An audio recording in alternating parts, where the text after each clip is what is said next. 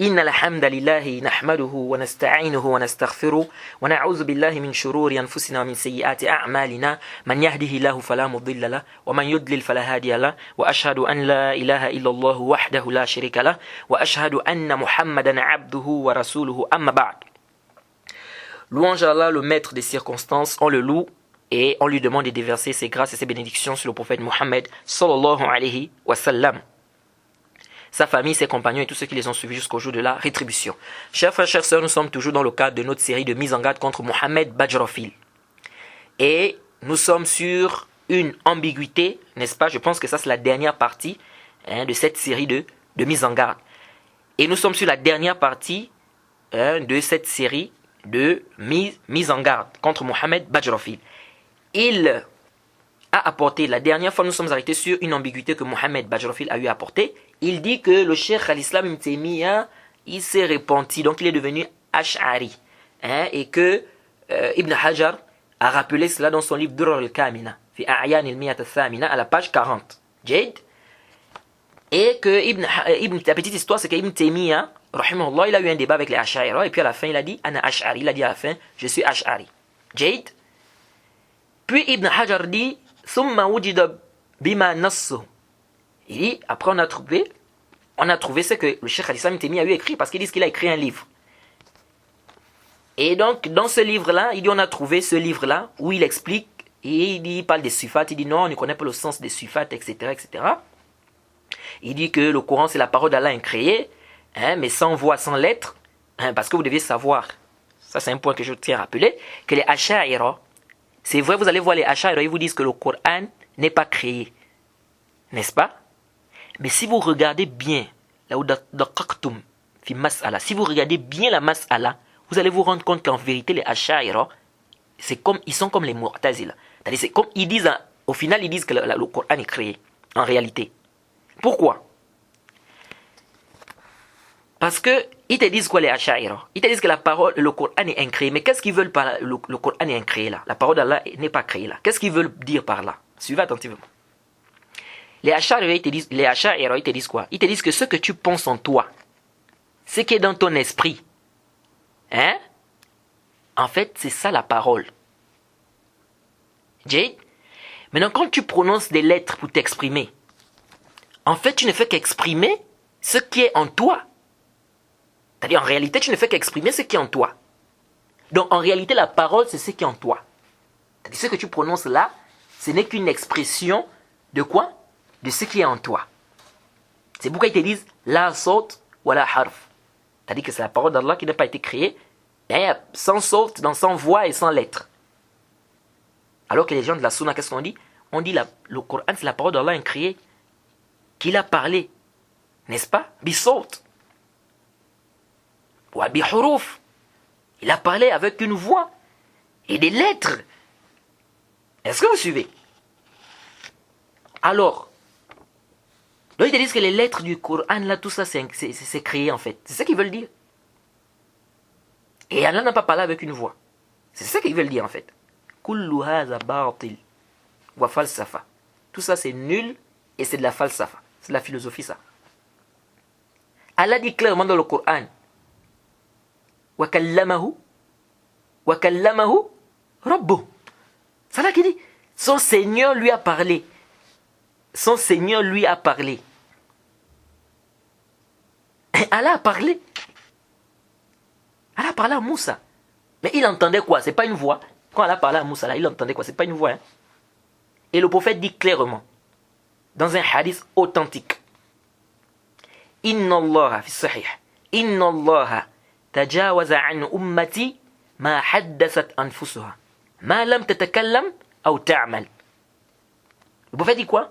Que Allah subhanahu wa ta'ala n'inscrit pas les choses ou les œuvres ou les choses de ma communauté, c'est-à-dire ceux qui se disent dans leur esprit, au fond d'eux, tant qu'elles ne parlent pas ou n'œuvrent pas. C'est-à-dire ma communauté. Tant qu'elles ne parlent pas ou n'œuvrent pas. Donc ici, ça prouve clairement que ce qui sort de ta bouche, c'est la parole. Ce qui sort de ta bouche, c'est la parole. Donc dire que la parole, c'est juste ce qui est au fond de toi, ce qui est en toi, Et que ce que tu dis, c'est juste l'expression de ce... Haza batil. Haza batil.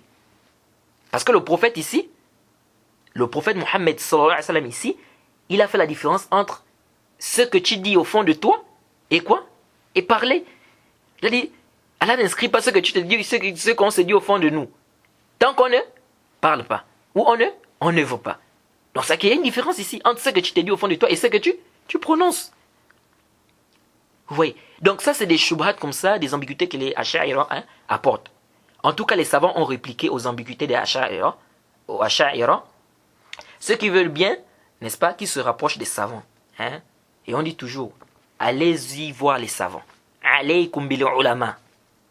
Fas'alu ahla dhikrin kuntum la ta'lamun. Demandez aux hommes de science si vous ne connaissez pas. Il faut repartir aux savants. On doit repartir aux savants. Et ici, j'ai fait cette mise en garde là parce que j'ai vu l'ampleur, n'est-ce pas, et la gravité de ce que Mohamed Bajrafil dit. Donc, on doit faire quoi? On doit repartir vers nos savants. Les savants ont réfuté, ils ont clairement réfuté toutes les ambiguïtés que les Ash'ira apportent aux gens. Mais simplement, on doit simplement apprendre. On doit simplement apprendre. Alors revenons au fameux Tawba de Ibn Taymiyyah, le repenti d'Ibn Taymiyyah. Soit disant qu'Ibn Taymiyyah s'est repenti et puis il est devenu Ash'ari. Premièrement, Ibn Hajar, son livre là, c'est un livre de Sir wa Taraju. Le livre que Ibn Hajar, qui est Ad-Durar là, c'est un livre d'histoire et de biographie.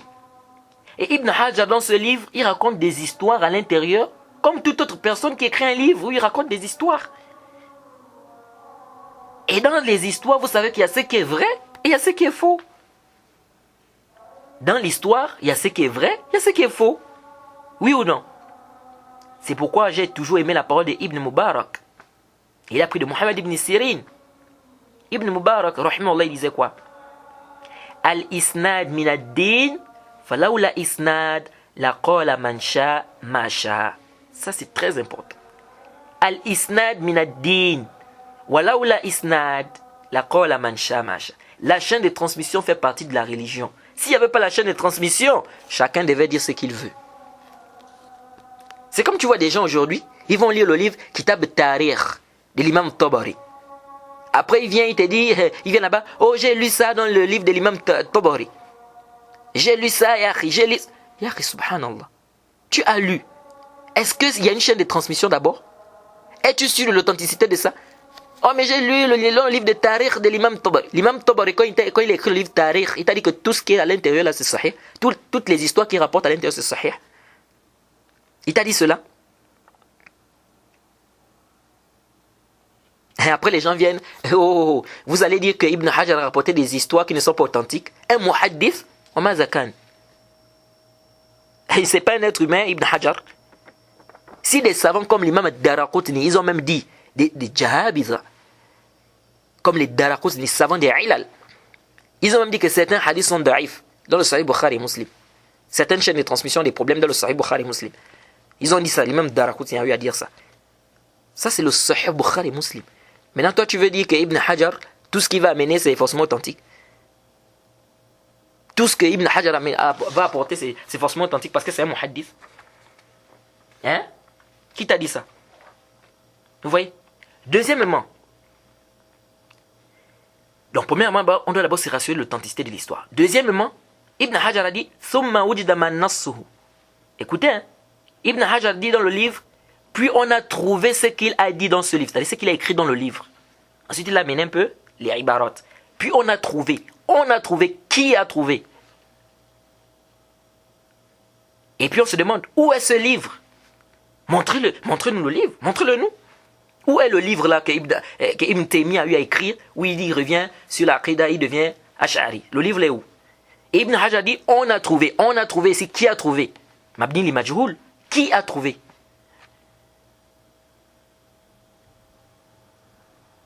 Vous voyez? Donc, le on là, c'est qui? Il faut qu'on sache clairement. Et en plus, ils disent que non, Ibn Taymiyyah s'est repenti et il est devenu Ash'ari en 707 de l'Hégire. Ibn Taymiyyah est mort en quelle année? en 728, si je ne m'abuse. Ibn Taymiyyah est mort en 728. Donc près de 21 ans de vie.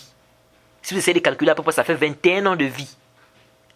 Après avoir écrit ce livre-là, où vous dites qu'il a écrit le livre où il s'est repenti. 21 ans de vie, après avoir écrit ce livre, et son élève Ibn Qayyim, qui le voyait souvent, n'a jamais en parlé.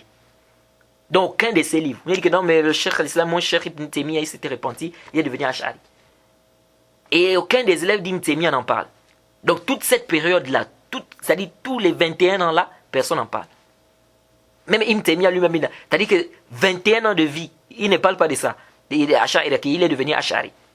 Que non, vous les gens de la Sunna, vous êtes dans le Batil. Et on connaît comment Cheikh al-Islam Ibn Taymiyyah a répliqué sur les gens des sectes.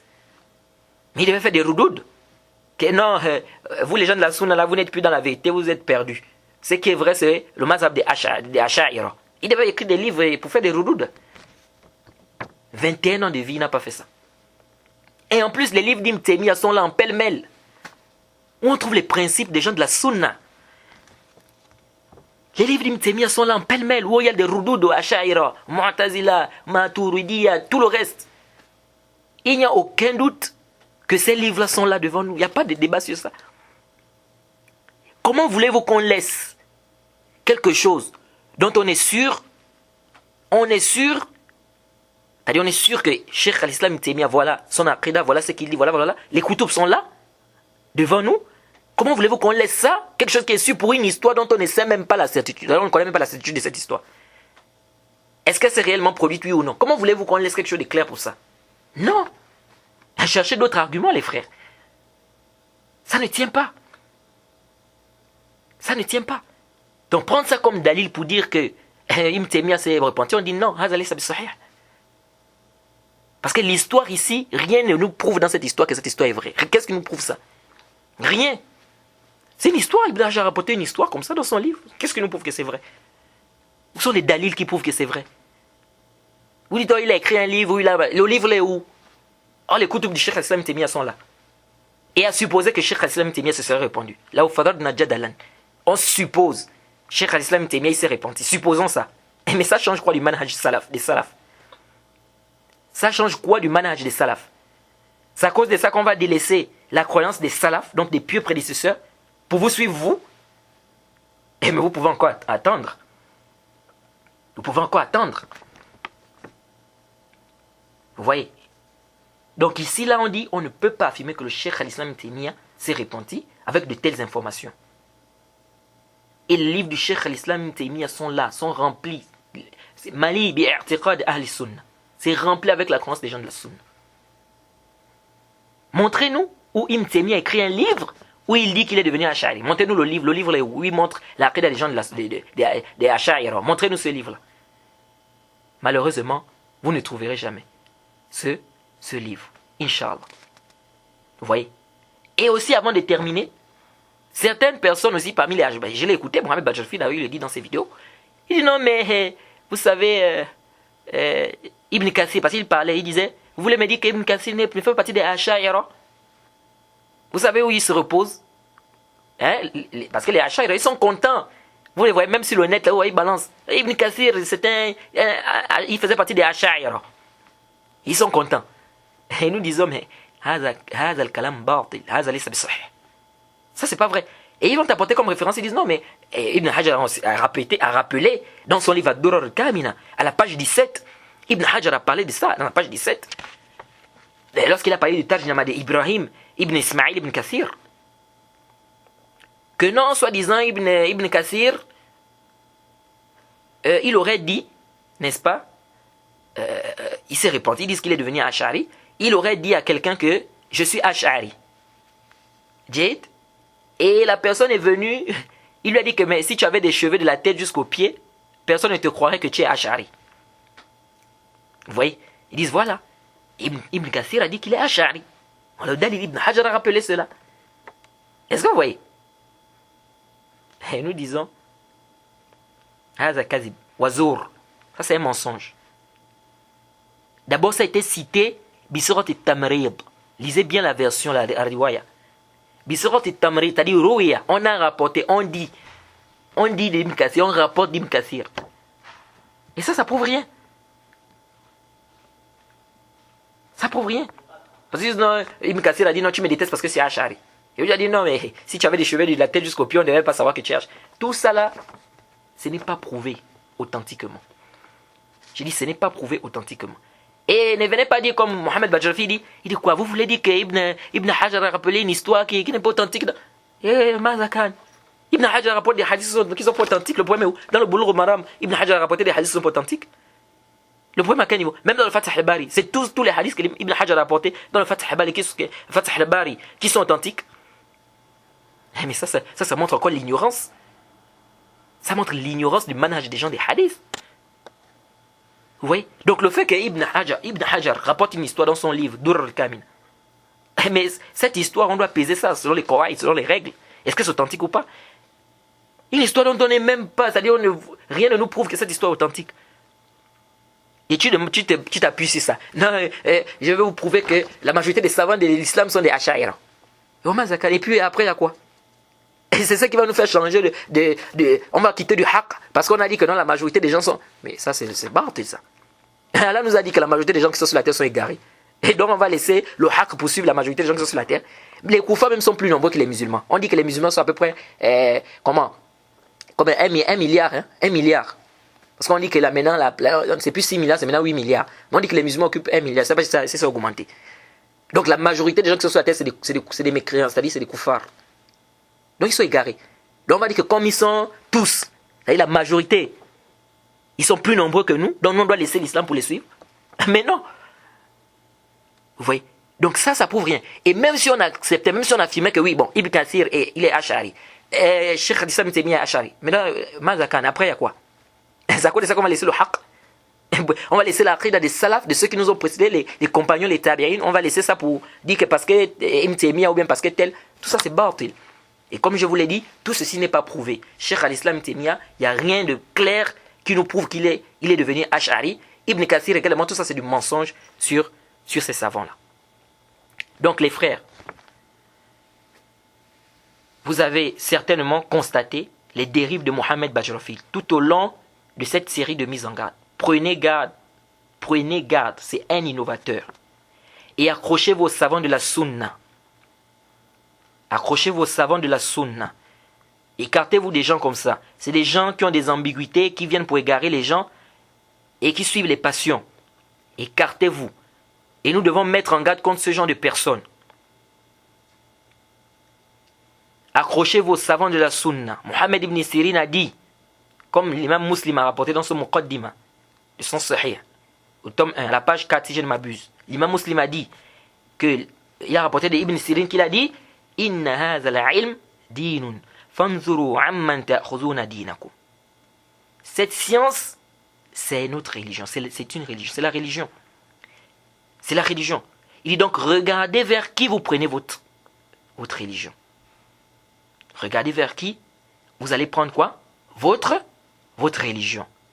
Donc, chers frères, chères sœurs, Mohamed Badjarafi, c'est un mubtadi', c'est un innovateur, c'est un égaré. Et nous vous mettons en garde contre ce frère-là, ou contre ce Mohamed Badjarafi, tout simplement parce que il égare les gens.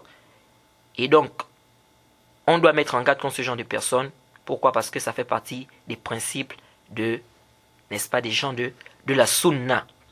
Alors, j'espère que cette série de mises en garde sera profitable pour vous. Hein?